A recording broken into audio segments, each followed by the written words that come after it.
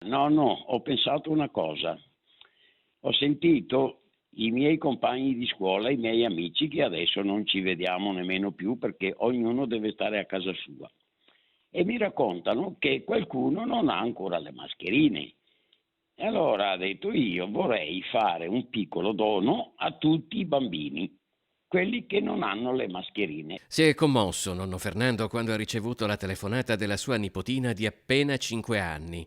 Lui conserva in casa un salvadanaio nel quale la piccola raccoglie i soldini che ogni tanto riceve e la bambina ha già deciso come spendere i suoi risparmi e l'ha voluto subito comunicare al nonno. E vorrei donare qualcosa al presidente Zaia, lei ha specificato al presidente Zaia, regalare un po' dei nostri soldini che abbiamo nel salvadanaio e per comprare le mascherine. Tu sei d'accordo, nonno?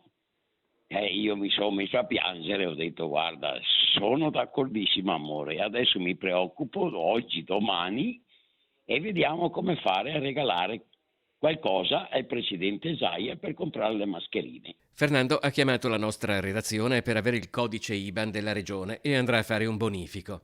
Tra le tante storie di solidarietà che stanno avvenendo in queste settimane, stupisce e commuove la sensibilità e la coscienza civica dimostrate da una bambina così piccola. Mi sono meravigliato, sono rimasto di stucco perché sentire una bambina, è una bambina intelligente perché sappiamo che oggi sono tutti intelligenti, però farmi un discorso del genere ho detto cavolo io non ci sarei mai arrivato. E ha detto sai nonno la mascherina è importante perché ti salva la vita.